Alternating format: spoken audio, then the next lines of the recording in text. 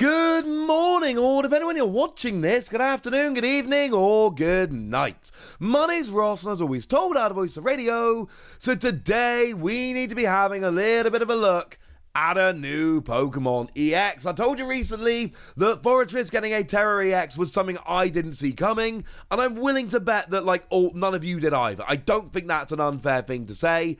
That is something that was not exactly terribly predictable.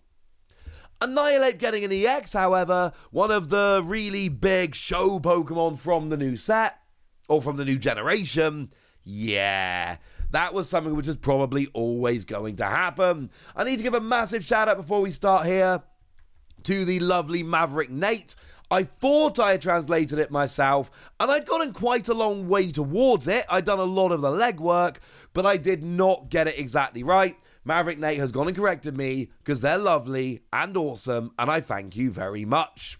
So what's the downside of Annihilape? It's a stage 2.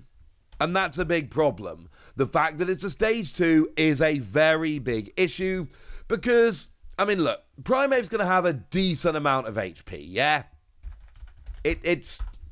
It's going to be moderately big. For a stage 1, it's going to be fine. It usually has, the last couple had 100 and 120. It's going to be somewhere around there. They might give it a bit of a boost knowing that it's now evolving up into a stage 2. You never know. My point is, you've got to get your stage 2 out. You've got to get evolving up, and that is a bit of a problem. But that's about the only problem here, because if you get to that stage, and as I've just said, pretty big if, this card is great. Now, when I say this card is great, I am not referring to 2 Energy 150. No. If I've gone to the effort of getting a Stage 2 Pokemon out, then 2 Energy 150 isn't enough. I'm not digging it. No, boo hiss, etc. But the first attack is awesome. For just a single fighting energy, so sure it takes a lot in terms of evolution, it does not take a lot in terms of energy, you may choose to put up to 12 damage counters on this Pokemon. That's a lot. It's a 2-prize Pokemon. When KO'd, you're giving up 2 prizes. There must be a better way here.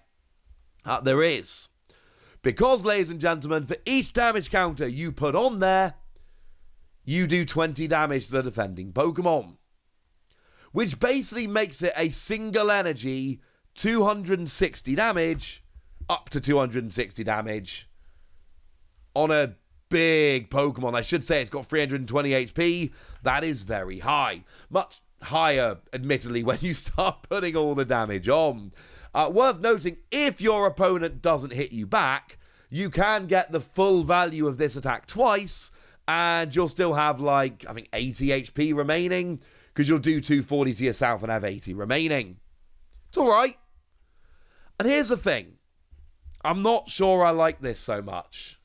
And I don't think this is bad, don't get me wrong, right? I'm not saying that this is bad.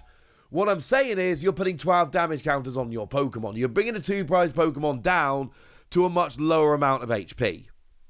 That's not a huge problem. Remember, I just told you about Forretress that you're KOing to use the ability, and I was falling over myself to say nice things about Forretress and how good it was. You see, the problem here is you're hitting 260. And 260 is a decent amount of damage. But is it amazing? The answer is no. Because, if I'm against basic Pokemon EXs or Pokemon V, let's take something like Miraidon, yeah. Nice, easy KO. But if I'm against stage 1s, for instance, let's take the aforementioned Forretress, just we mentioned it already, that's got 260. Now, that's hopefully going to be KOing itself to use the ability anyway, but that's just a nice example of a stage 1 EX. It's got 270, you're not KOing. 270 is about standard. And obviously, if you look at stage 2s, take something like Gardevoir as an example. Well, they're miles away. They got 310, and Gardevoir's not the biggest. You got 320. So, my point here is that, yeah, fine, this has got large HP, and sure, single energy attack is lovely. I like the single energy attack, but I just don't like the amount of damage we're doing. And if I'm evolving up into a stage 2 at the moment, there better be a pretty gosh darn good reason. It better be worth it. And quite frankly, I'm not 100% sure this is. I'm giving it a nice, ordinary, everyday, run-of-the-mill free Wassies. I don't think it's bad by any stretch.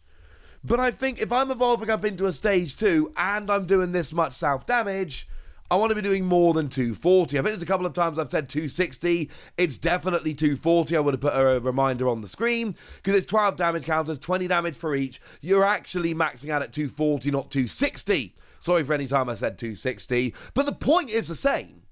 I was saying 260 wasn't enough.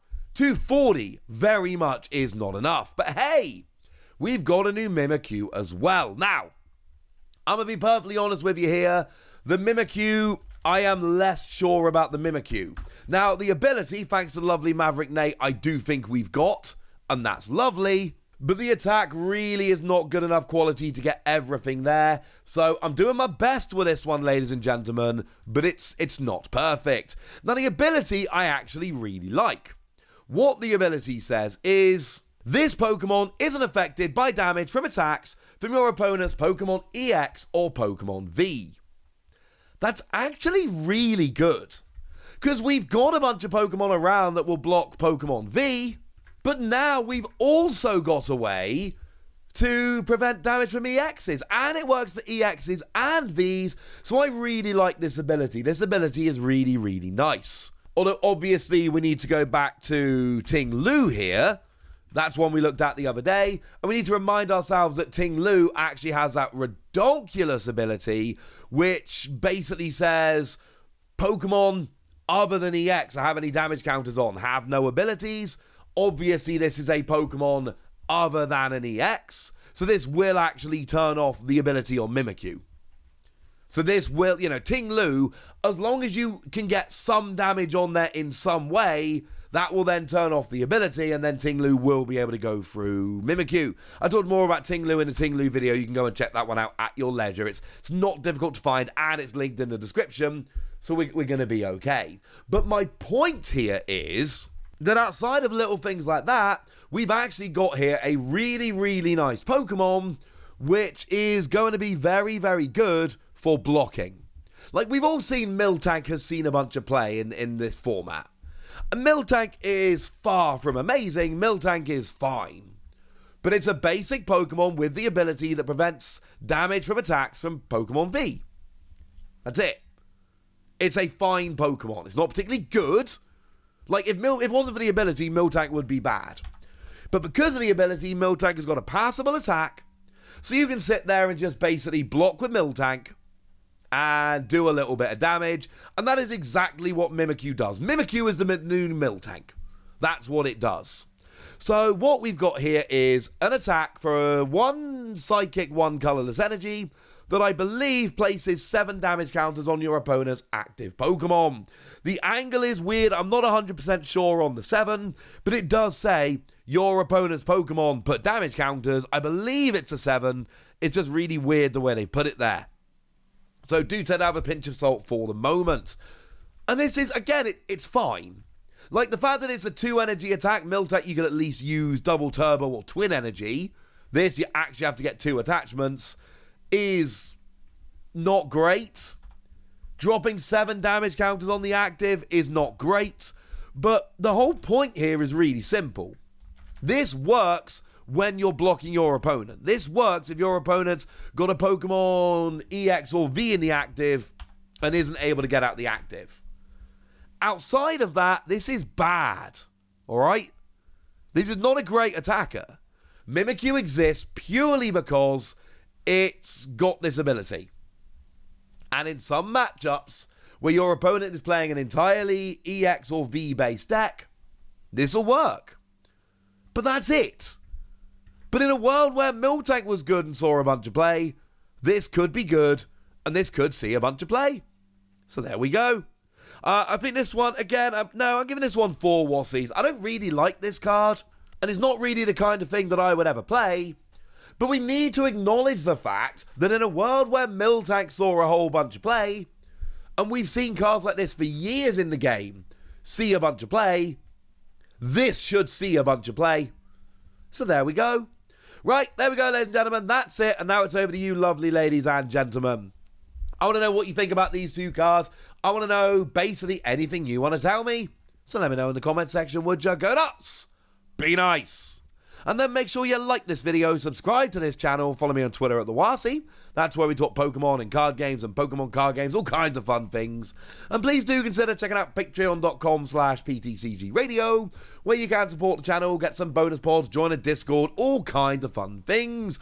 Oh, and get shoutouts on the channel like the lovely Austin Montville, who is one of our newer Patreons and is a very lovely person. So thank you very much to Austin for being a lovely person.